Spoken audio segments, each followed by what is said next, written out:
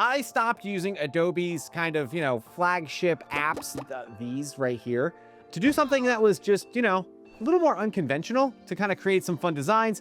And I even actually turned one of them into a zine. Wow. Pretty cool.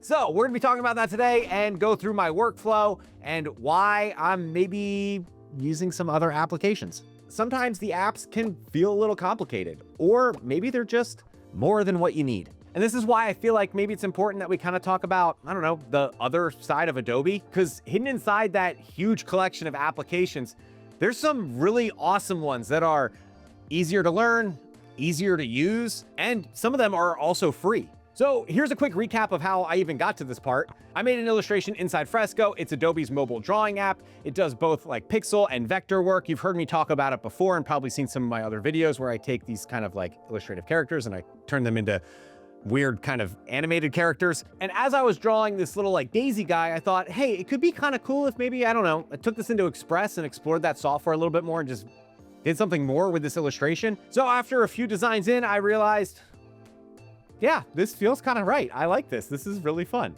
I made a zine about daisies, and while it might not be the most engaging content of all time, I did gain a new appreciation for Express. It's a web app that I always kind of knew existed, but I never really was sure how it would work into my workflow. Turns out, I really like it a lot for layout design. And yes, there was totally like a learning curve with this. I had some challenges. One of them was that vector files did this really weird thing. So like I used a vector brush inside Fresco and I brought them in to Express and it would be like, I'm gonna convert these now. And it would like explode out into all these layers and kind of bog down my system. So that was one thing that was kind of a challenge. I ended up using PNGs. Again, my canvas size was a lot smaller than kind of what I originally drew with. It was just easier workflow than bringing in the vector files. So that was number one. The other thing that was a little bit of a challenge, I wasn't really like, it's not that I didn't know the aspect ratio that I was exporting at or the quality of the work, but for some reason, I didn't really have like confidence that my image was like the highest resolution for print material that I really wanted. I think it's because there wasn't like really super clear as to what like the DPI was, or I don't know. For some reason, I struggled on that part. And I ended up doing this thing where I just grabbed this little slider, I just scaled it up ×2 because I was like, that's double what I need. And it gave me this little error that was like, hey, your shit might be kind of jacked up. And I was like, whatever. Because the only way I'm gonna actually learn my lesson is if I spend some money, print this out, and then find out that like what I get in return is not what I wanted and it looks all pixelated and junky. That's just how I'm gonna learn my lesson. It's the only way. I don't know why. It's just throwing money in a trash can is the only way I've ever learned a lesson. So I decided to do that. Guess what? The print files, they came back great. It looks awesome. You probably can't tell from watching this video, but it does look really good. And I was really stoked about that. Anyway, some time passed, right? I did this project. I got my zine back. I really liked it. I had a lot of fun. And I was like, that was cool. Maybe I'll use Express again someday.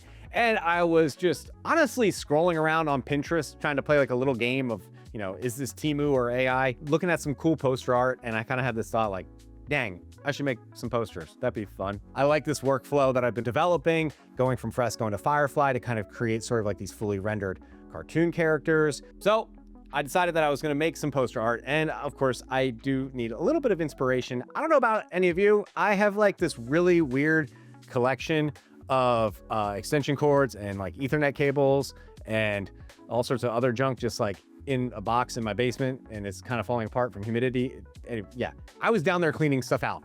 That's where this is going. I gained my inspiration from that. I want to create posters kind of around this theme of like dirty old Ethernet cables. At the time when I had this thought, it made sense. I was like, this would be really cool material and an idea for poster art. And now I'm saying it out loud while recording myself. And I'm like, this sounds so stupid. This sounds so dumb. Anyway, whatever, I did it. So here we are. I started with the vector brush, specifically the outline brush to kind of create my cables. You can do these really cool things where you can like cross over each other. And then if you hit a little toggle right here and you drag it, you can then draw through like intersections of stuff and it will remove it. So I could create sort of like a mess of squiggly lines and I filled them in. And at this point I started thinking, how cool would it be if these chords were actually modeled in like 3D or just at least a little more realistic? The good news is I spent the last 6 months or so in Firefly boards specifically taking 2D illustrations and turning them into these kind of like fully rendered images. So off to boards I went to generate some chord spaghetti. With a mix of models and a few generations, I got back some genuinely cool results. And by the time I was all done, I had 3 illustrations, which I had converted into like 3 sort of rendered images, and I thought they were really cool. I was really excited about it. I was ready to take them over into Express, which now is my new favorite design tool as of about like, I don't know, 5 minutes before making this video. So I opened up a web browser, went over to express.adobe.com, and right away was met with a whole bunch of really cool options. Please do not look down here where you just see a whole bunch of untitled files. I have a problem with naming my files, especially when using like these kind of quick creator tools. It's so easy to get like into the canvas and start working that I just think to myself, like, to hell with it. Nobody needs to name things. I just don't do it. So don't look at those, ignore those. Look up here instead, where it says, how do you want to start? That's where we're trying to go right now. And since I'm making a poster, I'll pick, well, poster. And it brings me right into that canvas like I was talking about, super fast. No reason to name your layer. I am going to name this one though, just because, again, we're doing a tutorial and I probably should be a good example for young designers, right? I don't know.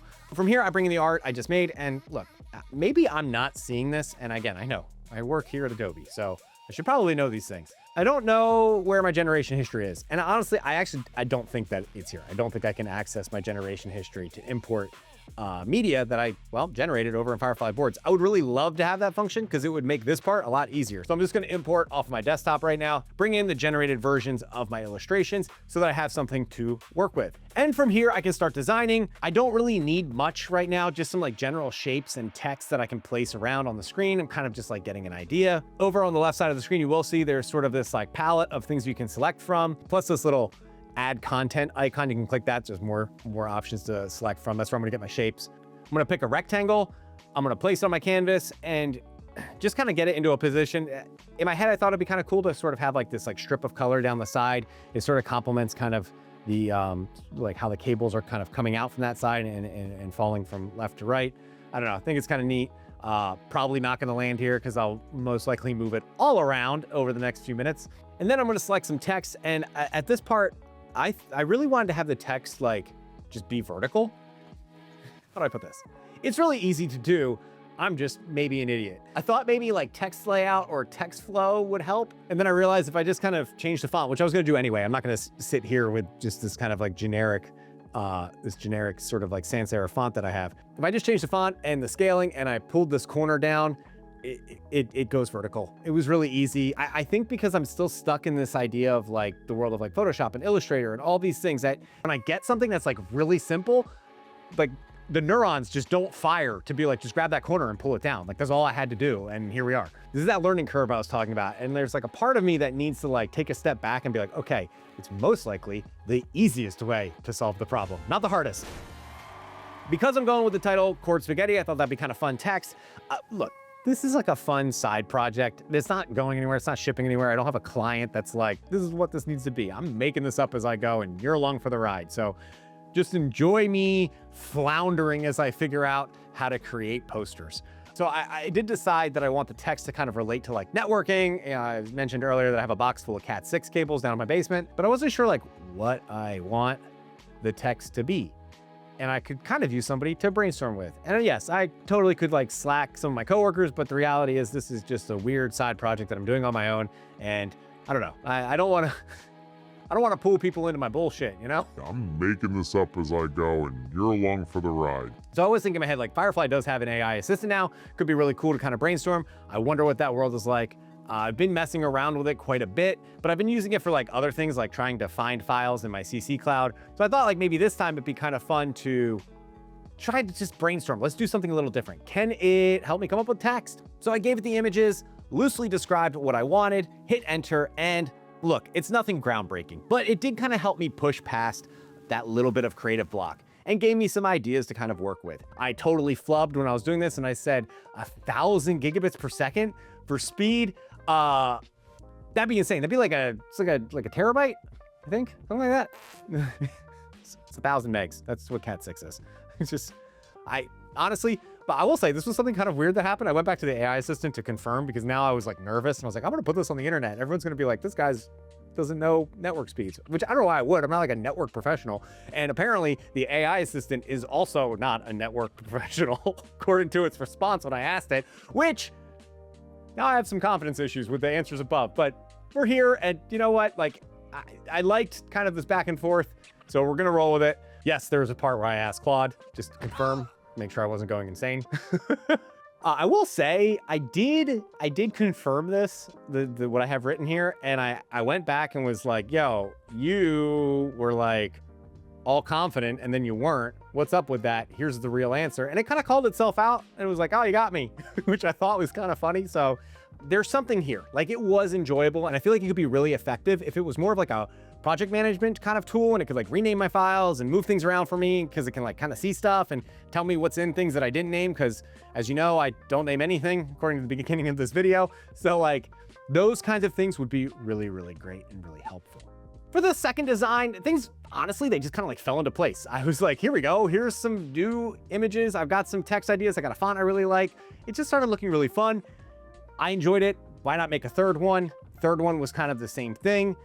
It all just kind of was working and I was having this like really enjoyable experience. Like I love that I could just hit add a page, duplicate the same size, keep going. It's not like artboards where like you kind of have your artboard off to the side and it, I don't know, could maybe be like kind of in the way or whatever. Like there's no visual clutter. I'm just working on the design that I'm working on in that moment. I can go back and copy paste stuff really easily from the other pages. It was just fun. It felt seamless. I really liked it. Now I've got 3 poster designs and they're done. Time to export. There is actually an option to buy a print right in Express, which could make things a little bit easier if I wanted to print these. And no, I did not use this for the zine earlier. I went to a different print shop and did like a third-party thing. But I want to point out, this print function does show mock-ups and something caught my eye. On the second image, I didn't like this big like kind of dot design that I did. This doesn't look good. I don't like that. So I went back, quickly made some revisions. I thought that was kind of cool and actually found myself going and hitting the like send to print button so that I could then see what my things might look like, you know, in case, I don't know, want to decorate my child's room with with Ethernet art. After I made those changes and kind of just wrapping up this project, I was able to easily export my PNGs and share it with my coworkers, get some reactions, and just kind of had fun making stuff. Look, a zine about daisies kind of got me curious, and I kind of took on this like project where, I don't know, poster art about cable chaos made me chase that curiosity. And now, honestly, I'm starting to kind of think in my head, like, does Express have a place in my workflow? Kind of chasing that curiosity made it a tool on my tool belt. How long until, I don't know, it just kind of becomes a standard workflow? These are all questions that I'm kind of asking myself. I don't really know just yet. And that's pretty much it. To close this all out, I hope you found this useful and I look forward to seeing what you all create next. See ya.